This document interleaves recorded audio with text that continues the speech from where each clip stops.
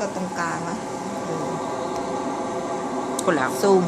ออกไปซูมเดี๋ยวพี่จะเข้าไปที่หน้าเซตติ้งก็ไปตั้งเซตติ้งนะคืออะไรพอเข้าเคสลองทำอัพโหลดใช่ไหมขึ้น YouTube พรีเซนต์YouTube รุ่นนี้ยังไม่เห็นนะยังไม่เห็นค่ะไม่เห็นใน YouTube เห็นในรุ่นเก่าเราก็ปรับโหมดเซตติ้งก่อนไปที่โหมดแล้วก็ไป modify ก็ให้เลือกจะเอาออโต้หรือเป็นแมนนวลนะแมนนวลก็ตั้งแมนนวลถ้าเป็นออโต้ก็จะถ้าเป็นแมนนวลก็คลิกโอเคเอาเมนูเอาออโต้ก็จะเราจะเอาครอปแท็ก on หรือ off ก็ได้ก็ modify เพื่อเปลี่ยน off ถ้าเราไม่เอา crop tag ดูไหมโอเคไหมแล้วก็โอเคไม่เอา crop tag inhale pressure พี่เอา40นะโอเคป่ะ modify 40ได้เอาไปฝากคุณแม่ใครคะคุณแม่พี่แป้งเนาะค่ะขอบคุณค่ะคุณหมอพามใช่ป่ะแล้วก็ inhale 4ก็โอเค40นะ inhale pressure inhale 4สามารถปรับได้3ระดับก็คือ high medium แล้วก็ low อันนี้ก็คือของผู้ใหญ่ขอปรับเ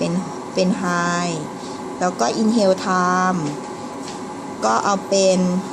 1เซกและ exhale pressure ที่-40ตัวใหม่ค่ะ E70 ค่ะอันนี้ Crop Assistant E70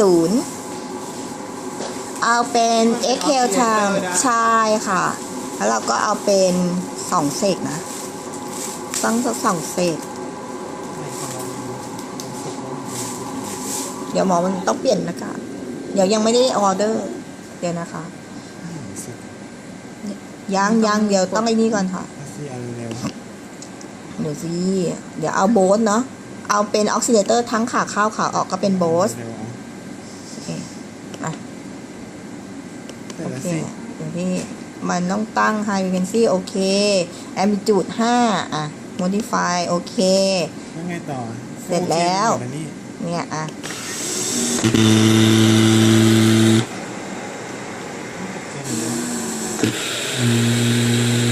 โต้แล้วมีเมนนวลไหมมีค่ะเมนนวลต้องใช้ตัวนี้ได้เหมือนกันหรอนี่40ไงหูเมื่อกี้20 40นี่แรงกว่าไหมแรงกว่าไหมแรงกว่า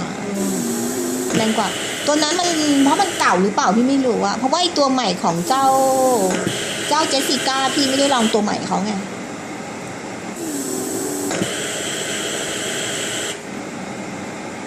แล้วมันก็จะ inhale เสร็จ1เสร็จที่เรามาซื้อรามาจะซื้อแต่ตัวใหม่ยังไม่เข้าตัวนี้เหรอค่ะเพราะว่ามันสามารถตั้งไหนแล้วมันสั่นยังไงไม่เห็นมันสั่นเลย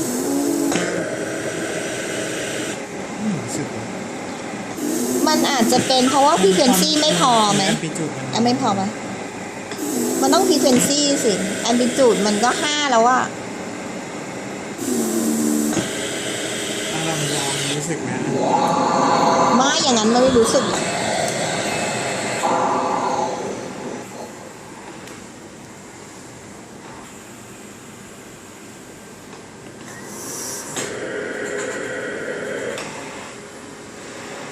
อันนี้เริ่มสั่นๆอันนี้มีสั่นๆ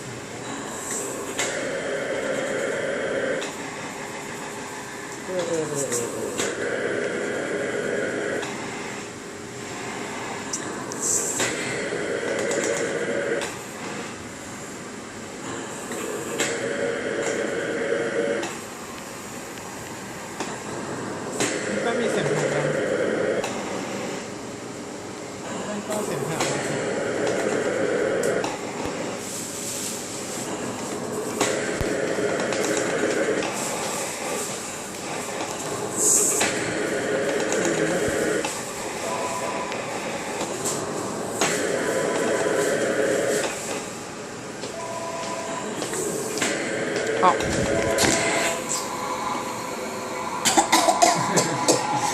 จะดู